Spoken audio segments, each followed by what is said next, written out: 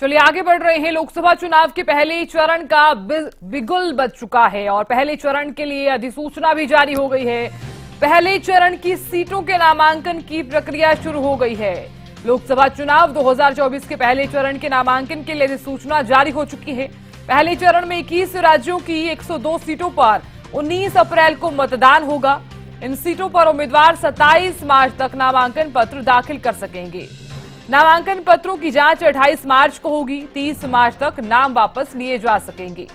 तो बड़ी जानकारी हम साझा कर रहे हैं। तो लोकसभा चुनाव का बिगुल बज गया है। पहले चरण की अधिसूचना जारी है। 102 सीटों के लिए नामांकन प्रक्रिया शुरू।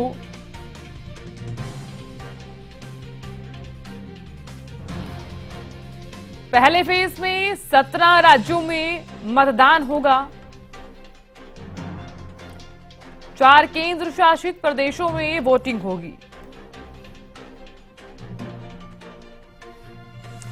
19 अप्रैल को पहले चरण की वोटिंग होगी।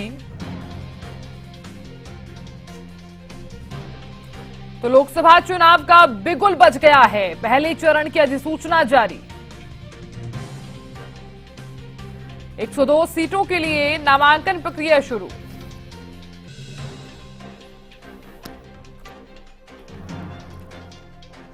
और पहले फेज में 17 राज्यों में मतदान होगा। और ज्यादा जानकारी लिए हुए और बातचीत करने के लिए हरियाणा न्यूज के पॉलिटिकल एडिटर अमित जुड़ गए हैं। अमित, देखिए, लोकसभा चुनाव के पहले चरण का बिगुल बज गया है और नामांकन की प्रक्रिया जो है उसकी शुरुआत हो गई है। अमित जी बिल्कुल साधना, देखिए, लोकसभा चुनाव का बिगुल बज चुका है और पहले चरण की अधिसूचना भी अब जारी हो गई है।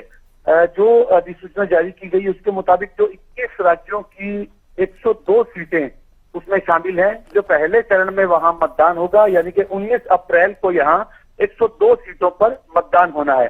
तो उसके लिए पूरी तैयारी देखिए की जा रही थी लगातार चुनाव आयोग की ओर से भी, और अब अधिसूचना जारी की गई है और उसके तहत ही 102 सीटें और यह 21 राज्य हैं जहां जो इस प्रकार का जो गतिविधियां शुरू हो गई हैं। और चुनावी तौर पर देख के पूरे देश में ही चुनावी गतिविधियां शुरू हैं। वैसे तो अभी हालांकि कई उम्मीदवारों के ऐलान भी होने हैं, लेकिन पहले चरण को खासा महत्व दिया जाता है और इसी कड़ी में 102 सीटें 21 राज्यों की और 19 अप्रैल को यहाँ मतदान होना है। और देखिए, नामांकन की, इस चरण के नामांकन के लिए अगर आखिरी तारीख की बात करें तो वो 27 मार्च रहने वाली है।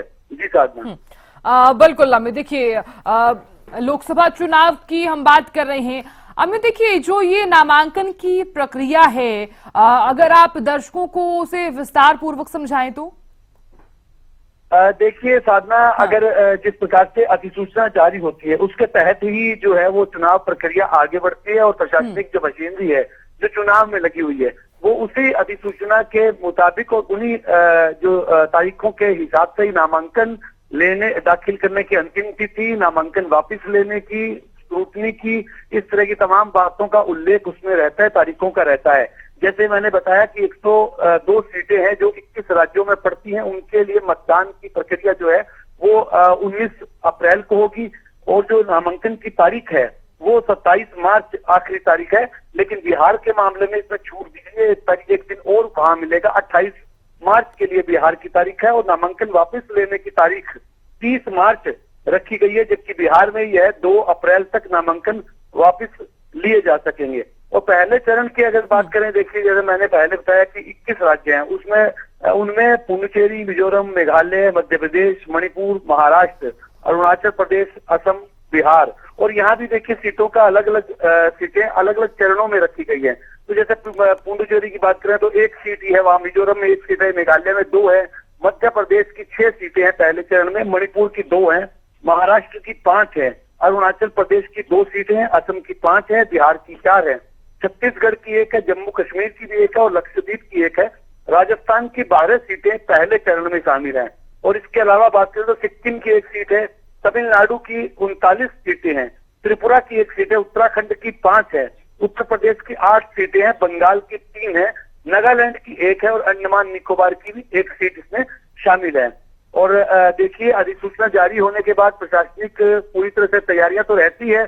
चुनाव आयोग की तरफ से सख्त जो निर्देश जारी होते हैं उनकी अनुपालना उन्हें करनी होती है, और साथ साथ जो गतिविधियां देखिए, जो राजनीतिक दल जो उम्मीदवार चुनाव मैदान में उतरते हैं वे भी अपनी तरफ से तैयारी करते हैं, नामांकन की भी, और किस प्रकार से उन्हें कवरिंग कैंडिडेट अपना रखना है, उनके नामांकन की भी, तो ऐसी तमाम गतिविधियां साधना शुरू हो जाती है। जी चलिए अमित, नजर बनाए रखने के लिए बहुत शुक्रिया और खबर पर बने रहने के लिए भी बहुत बहुत शुक्रिया।